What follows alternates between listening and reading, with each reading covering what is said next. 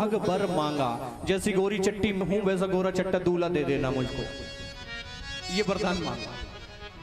अब सखी के साथ आई, जैसे ही सखी के साथ आई और सखी ने लता की ओट में से राम जी के दर्शन करवाए तो मैया सीता तो थकी सी रह गई। मैया सीता थकी सी रह गई। अब और सखी पूछती है मैया सीता से कैसे हैं।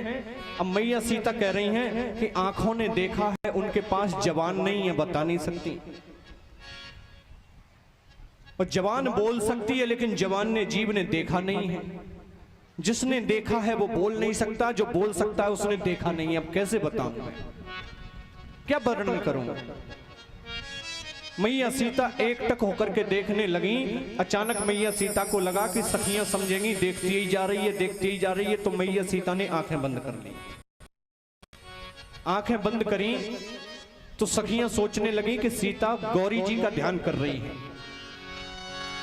तो एक वही चतुर सखी बोली सीता जी से, ए सीता, गौरी जी का ध्यान बाद में करते रहना, कल फिर कर लेना आकर के, ये चले जाएंगे, पहले इनको देख।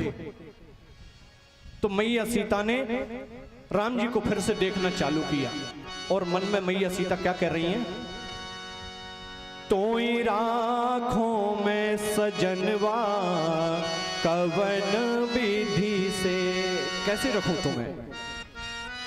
मैया से वरदान कुछ और मांग लिया, आप सामने हो, आप मेरे मन को भा गए, अब कैसे आपको अपने हृदय में धारण करूं। बड़ी विलक्षण स्थिति है। अखियों में राखूं तो हिया मोरा तर से, आंखों में धारण करती हूं तो मेरा हृदय तड़पता है।